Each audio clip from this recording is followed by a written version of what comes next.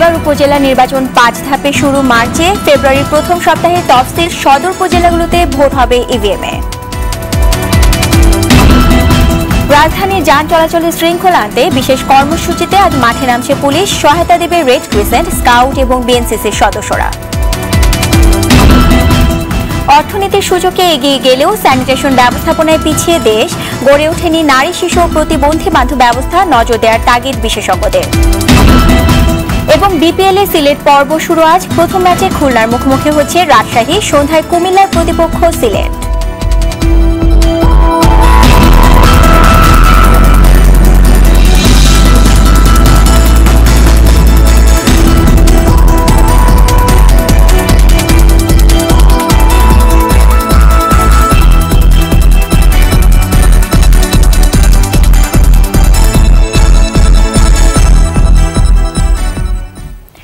আসসালামু আলাইকুম, স্বাগত জানাচ্ছি আরটিভি সকালের সংবাদে। শুনছিলেন মার্কেন্টাইল ব্যাংক শিরোনাম। আপনাদের সঙ্গে আছে আমি নুসরাত সুজানা।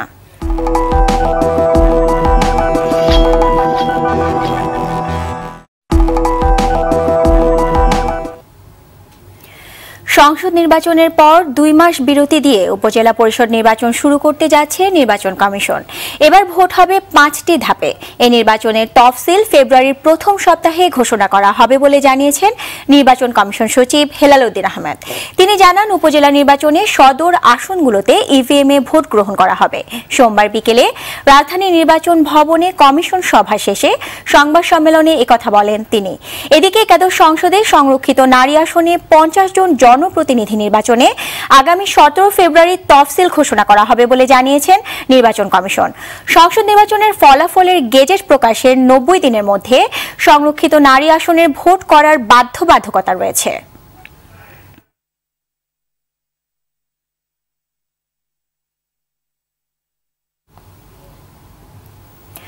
রাজধানীতে সড়কে শৃঙ্খলা ফেরাতে আজ থেকে 31 জানুয়ারি পর্যন্ত ট্রাফিক শৃঙ্খলা কার্যক্রম হাতে নিয়েছে ঢাকা মহানগর পুলিশ।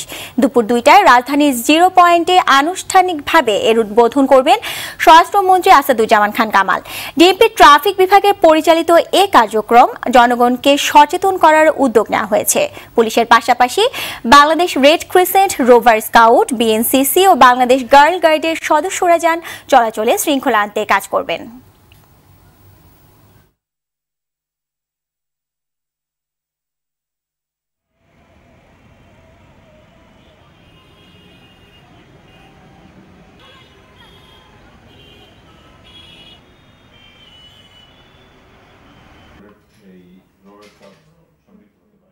মূলত এর মাধ্যমে আমরা গণপরিবহনের শৃঙ্খলা আনার যে বিষয়টি আছে সেটির উপরে কাজ করব।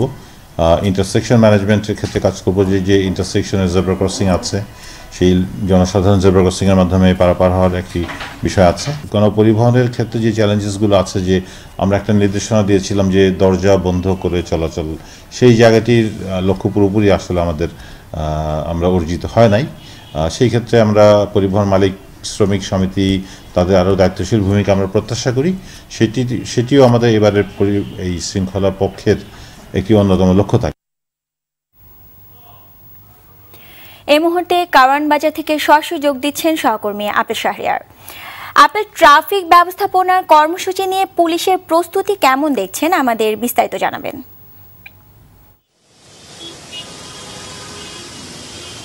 সড়কে শৃঙ্খলা ফেরাতে এরই মধ্যে মাঠে নেমেছে ঢাকা মহানগর পুলিশ এবং ট্রাফিক বিভাগের তত্ত্বাবধানে এই ট্রাফিক শৃঙ্খলা কার্যক্রম পরিচালিত হচ্ছে। আপনাকে যদি একটু এখনকার চিত্রে একটু দেখাই, আপনি দেখতে পাচ্ছেন যে পুলিশের পাশাপাশি স্কাউটের দল পথচারীদের আইন মানার জন্য তারা চেষ্টা করছেন।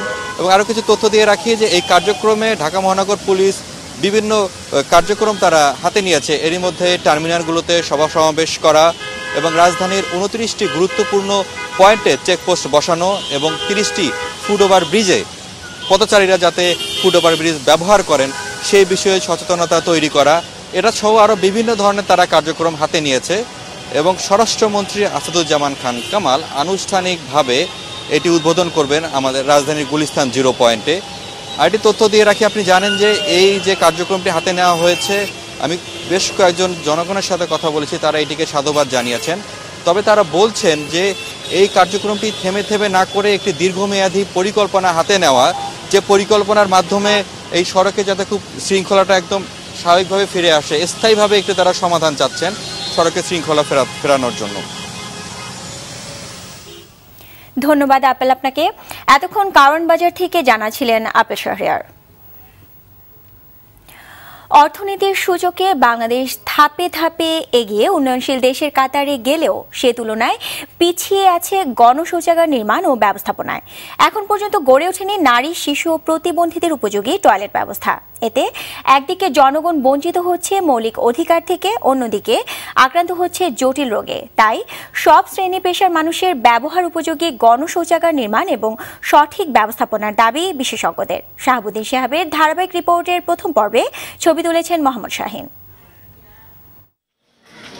দুর্ঘটনায় হাত পা হারালেও মনোবল হারাননি রাজধানীর কামরাঙ্গীচরের কিশোর হাসান। রাতের আঁধার কেটে সকাল হলেই নেমে পড়ে জীবন যুদ্ধে। তবে নিজ বাড়ি থেকে নিউ মার্কেট ছাড়া অন্য কোথাও যেতে সাহস পান না, কারণ হাসানের মতো শারীরিক প্রতিবন্ধীদের জন্য রাজধানীর সব জায়গায় প্রাকৃতিক কাজ ছাড়ার ব্যবস্থা নেই।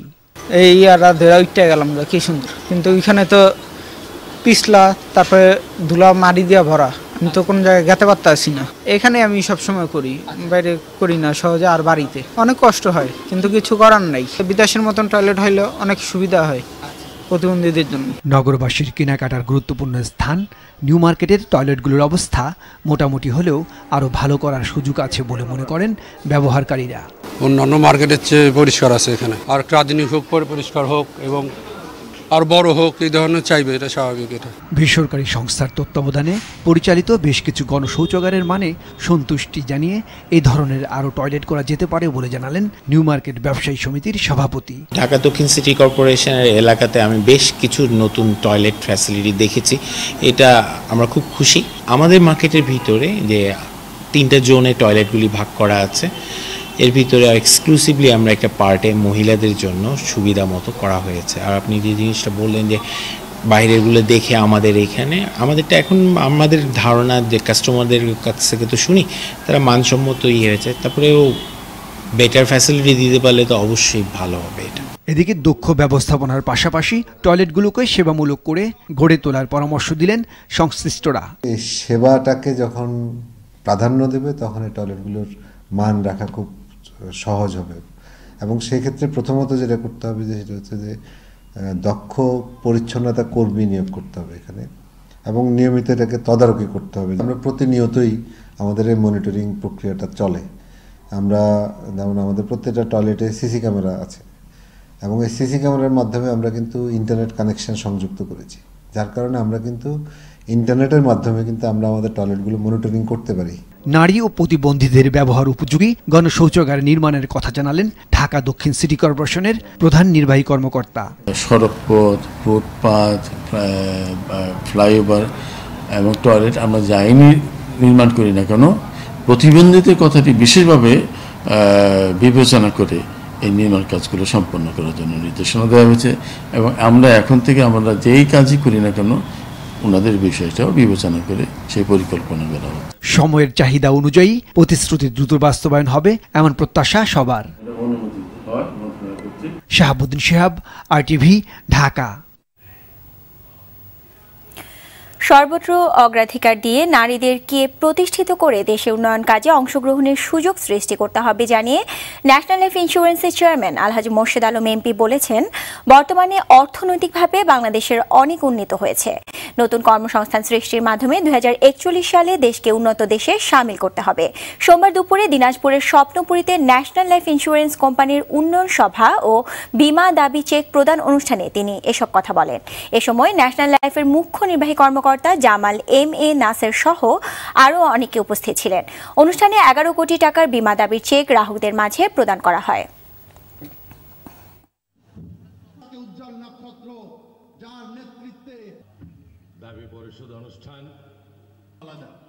আমরা একটু আলাদা হতে চাই।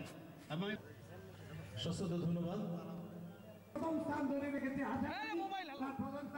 স্বপ্নপুরীটাকে স্বপ্নপুরী হিসাবে আমাদের মনে দিতে হবে তো। মধ্যমায় দেশ আমরা পরিণত ইনশাল্লাহ হয়ে গেছি। এরপরও কিন্তু আমাদের আরও ভীষণ আছে, যেমন 2041 সালে উন্নত দেশে পরিণত করা। আর বর্তমান প্রধানমন্ত্রী শেখ হাসিনা, ওনার যে বলিষ্ঠ নেতৃত্ব, এই নেতৃত্ব দিলে আমাদের সকল ভীষণ গুণ একেবারে অচিরেই আমরা আমাদের সাকসেসফুল। 2019 সালে আমি ঘোষণা দিব যে মানে বিশেষ কারণ ছাড়া 100% বীমা দাবি যথাসময়ের মধ্যে ন্যাশনাল লাইফ প্রদান করবে, যাতে আস্থার সংকটটা কেটে যায়। টাঙ্গাইল জেলার ঢাকাস্থ মধুপুর উপজেলা সমিতির পক্ষ থেকে নবনির্বাচিত কৃষিমন্ত্রী ডক্টর আব্দুর রাজ্জাককে অভিনন্দন জানানো হয়েছে। গতকাল সন্ধ্যায় রাজধানীর মানিক মিয়া এভিনিউয়ে সংসদ সদস্যদের ভবনে সংগঠনটির পক্ষে শুভেচ্ছা জানানো হয়। আওয়ামী লীগের সভাপতি মণ্ডলীর সদস্য ও কৃষিমন্ত্রী আব্দুর রাজ্জাকের নেতৃত্বে কৃষি ও খাদ্যে বাংলাদেশ আরও এগিয়ে যাবে বলেও আশা প্রকাশ করা হয়। এ সময় ঢাকাস্থ মধুপুর উপজেলা সমিতির সভাপতি লুৎফুল আজম সিনিয়র সহ সভাপতি নুরুল ইসলাম সহ অন্যান্যরা উপস্থিত ছিলেন। নওগাঁর মান্দায় জন্ম নিয়েছে জোড়া লাগা কন্যা শিশু। শিশু দুটির হাত পা মাথা আলাদা থাকলেও বুক এবং পেট জোড়া লাগানো। এ নিয়ে দুশ্চিন্তায় পড়েছে শিশুটির গরিব পরিবার। চিকিৎসকরা বলছেন অপারেশন মাধ্যমে শিশু দুটিকে আলাদা করা সম্ভব, তবে এতে খরচ হবে অনেক টাকা। এ অবস্থায় দিশাহারা হয়ে পড়েছে শিশু দুটির পরিবার। নওগাঁ প্রতিনিধি আরিফুল হক সোহাগের তথ্যচিত্রে আরও জানাচ্ছেন নুসরাত জাহান সিনথি। বাবা মায়ের দীর্ঘ 9 মাসের অপেক্ষার অবসান ঘটিয়ে যখন ফুটফুটে দুটি কন্যা শিশু পৃথিবীতে আসলো, তখন সবার চক্ষু চড়ক গাছ। দুইটি শিশুরই শরীরের সব অঙ্গপ্রত্যঙ্গ স্বাভাবিক হলেও পেট এবং বুক জোড়া লাগানো। জন্মের পর থেকে শিশু দুটির সব কার্যক্রম স্বাভাবিক, তবে বুক পেট জোড়া হওয়ায় খুবই চিন্তিত শিশু দুটির দরিদ্র পরিবার। আমরা গরিব মানুষ, আমরা এই অবস্থায় থাকি। চিকিৎসা করার জন্য আপনারা সহযোগিতা করবেন এবং দোয়া করবেন। ওখানে ট্রিটমেন্ট চালায় ওখানে আলাদা করতে না পারলে ঢাকাতে পাঠাইতে চাই। চিকিৎসকরা বলছেন ব্যয়বহুল অপারেশনের মাধ্যমে শিশু দুটোকে আলাদা করা সম্ভব। একটা মানুষের জন্য যেসব জিনিসগুলো তার শরীরে থাকা দরকার, দুটার জন্য যদি আলাদা আলাদা থাকে তাহলে ক্যাটাগরি সেপারেট করা যাবে বলে আমি মনে করি। এই অবস্থায় সামর্থ্যবানদের সহযোগিতাই পারে এই শিশুদের স্বাভাবিক ও সুন্দর জীবনে ফিরিয়ে আনতে। তাই সবার সহযোগিতা কামনা করেছেন এই দরিদ্র পরিবার। নুসরাত জাহান সিনথি, RTV। পৌষ সংক্রান্তি উপলক্ষে এবারও মৌলভীবাজারের কুশিয়ারা নদীর পাড়ে বসেছে ঐতিহ্যবাহী মাছ মেলা। এছাড়াও শ্রীমঙ্গল, বড়লেখা এবং কমলগঞ্জেও এই মেলার আয়োজন করা হয়েছে। সিলেট বিভাগের হাওর এবং নদী থেকে ধরা নানা প্রজাতির মাছের সমাহারে সাজানো এই মেলা উপলক্ষে মৌলভীবাজার সহ এর আশপাশের এলাকায় চলছে উৎসবের আমেজ। মৌলভীবাজার স্টাফ রিপোর্টার চৌধুরী ভাস্কর হোমের তথ্যচিত্রে জানাচ্ছেন শ্রেয়া মুন্নি। প্রায় 200 বছর পুরনো মৌলভীবাজারের এই মাছ মেলা প্রতিবারের মতো এবারও পৌষ সংক্রান্তি উপলক্ষে মৌলভীবাজার সহ এর আশপাশের বিভিন্ন জেলায় বসেছে ঐতিহ্যবাহী এ মেলা। হাকালুকি, কাওয়াদিঘি, হাইল হাওর এবং মনু, ধোলাই, কুশিয়ারা সহ বৃহত্তর সিলেটের বিভিন্ন হাওর বাওর এবং নদীর নানা প্রজাতির মাছ নিয়ে এ মেলার আয়োজন করা হয়। মেঘনা নদীর মাছ 1.5 মণ ওজন, আমরা 1,20,000 টাকা দাম ছাড়া, দাম 70,000 টাকা বাজার সবচেয়ে বড় গোয়াল। এখন আসছি ঘুরিয়া মাছ দেখার জন্য, যদি দাম কমে পাই তো কিনবো। দেশ বিদেশ থেকে মানুষ আসেন, বিশেষ করে প্রবাসীরাও দৃষ্টি আকর্ষণ করে মাছগুলা কিনেন বড় আকারে দাম দিয়ে। খুব বড় বড় মাছ উঠছে মেলা, তো দেখাতে ইচ্ছে যদি ভালো লাগে তো লই। প্রত্যেক অঞ্চল থেকে অনেক লোক আসে মাছ কিনে, বড় বড় মাছ পাওয়া যায়, বিভিন্ন ধরনের মাছ। এবারের মেলায় উঠেছে 1 থেকে 1.5 মণ ওজনের দেশি মাছ, যা কেনার পাশাপাশি দেখতে বহু উৎসুক জনতা ভিড় করছেন। এখানে মাছের মেলা হয়, এই মেলাতে বিভিন্ন প্রকৃতির মাছ, এখানে 10-12 কোটি টাকার মাছ বিক্রি হয়। এখানে অনেক দূর থেকে কাস্টমাররা চলে আসে মাছ কেনার জন্য। মেলায় এবছর 12 কোটি টাকার মাছ বিক্রির টার্গেট রয়েছে, যেখান থেকে কমপক্ষে 7 থেকে 8 লাখ টাকার রাজস্ব সরকারি ভান্ডারে যুক্ত হবে বলে জানান আয়োজকরা। সুরাইয়া মুন্নি, RTV। সংবাদ শেষ করব ঢাকা আন্তর্জাতিক চলচ্চিত্র উৎসবের খবর দিয়ে। ঢাকা আন্তর্জাতিক চলচ্চিত্র উৎসবে প্রদর্শিত হল বেঙ্গল মাল্টিমিডিয়া প্রযোজিত চলচ্চিত্র জন্মভূমি। বাংলাদেশে আশ্রয় নেওয়া রোহিঙ্গাদের কঠিন জীবন সংগ্রামের চিত্র ফুটে ওঠে সিনেমাটিতে। আপিল শাহরিয়ারের রিপোর্ট। ঢাকা আন্তর্জাতিক চলচ্চিত্র উৎসবে জন্মভূমি সিনেমাটি দেখতে পাবলিক লাইব্রেরি প্রাঙ্গণে ভিড় জমান চলচ্চিত্র প্রেমীরা। ছবিটির গল্প গড়ে উঠেছে বাংলাদেশের কক্সবাজার জেলার কুতুপালংয়ে মিয়ানমারের রাখাইন রাজ্য থেকে বিতাড়িত রোহিঙ্গা শরণার্থীদের নিয়ে। সারা পৃথিবীতেই শরণার্থী বিষয়টি অত্যন্ত গুরুত্বপূর্ণ বিষয়, কিন্তু বাংলাদেশে এরকম একটি ঘটনা হওয়ার পরেও শরণার্থী বিষয়ে চলচ্চিত্র খুব কম নির্মিত হয়েছে, যেগুলি আন্তর্জাতিকভাবে নেই। কিন্তু এর মধ্যে আমাদের এই চলচ্চিত্রের যে বিষয়, এটি সত্যিকার অর্থেই মানুষের আবেগকে স্পর্শ করছে। সিনেমাটি দেখে আবেগতাড়িত হন অনেকে। মেসেজটা অনেক ভালো ছিল, বিশেষ করে আমরা ফিল করছি যে কষ্টটা কিরকম যারা রিফিউজি আর কি, ওদের যদি নিজের দেশে না থাকা যায় কতটা কষ্ট আর কি, এটা আমি ফিল করলাম মুভিটা দেখে। তা আমি ভাগ্যবান যে আমি আমাদের দেশে বাস করি। জন্মভূমি ছবিটি নির্মিত হয় বেঙ্গল মাল্টিমিডিয়ার ব্যানারে। Apple Shahriar, RTV, Dhaka. সকালের সংবাদ শেষ করার আগে মার্কেটের ব্যাংক শিরোনামগুলো আরও একবার।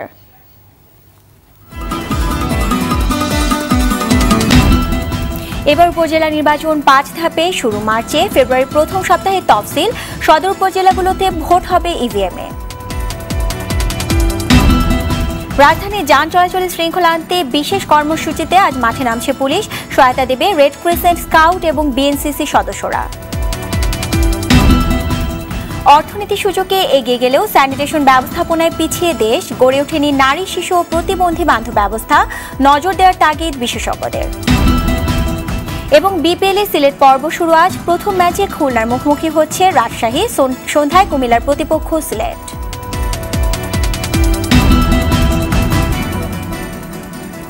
সকালের সংবাদ এ পর্যন্তই। RTV সবশেষ সংবাদ জানতে যে কোনো মোবাইল ফোন থেকে 2414 নাম্বার ডায়াল করুন। আর মোবাইল ফোনে সংবাদ দেখতে অ্যাপ স্টোর, গুগল প্লে বা উইন্ডোজ স্টোর থেকে ডাউনলোড করুন RTV অ্যাপস। এছাড়াও তাৎক্ষণিক ও বিনোদন সংবাদ জানতে বিশ্বের যে কোনো প্রান্ত থেকে ভিজিট করুন rtvonline.com এবং youtube.com/rtvnews। ধন্যবাদ সবাইকে।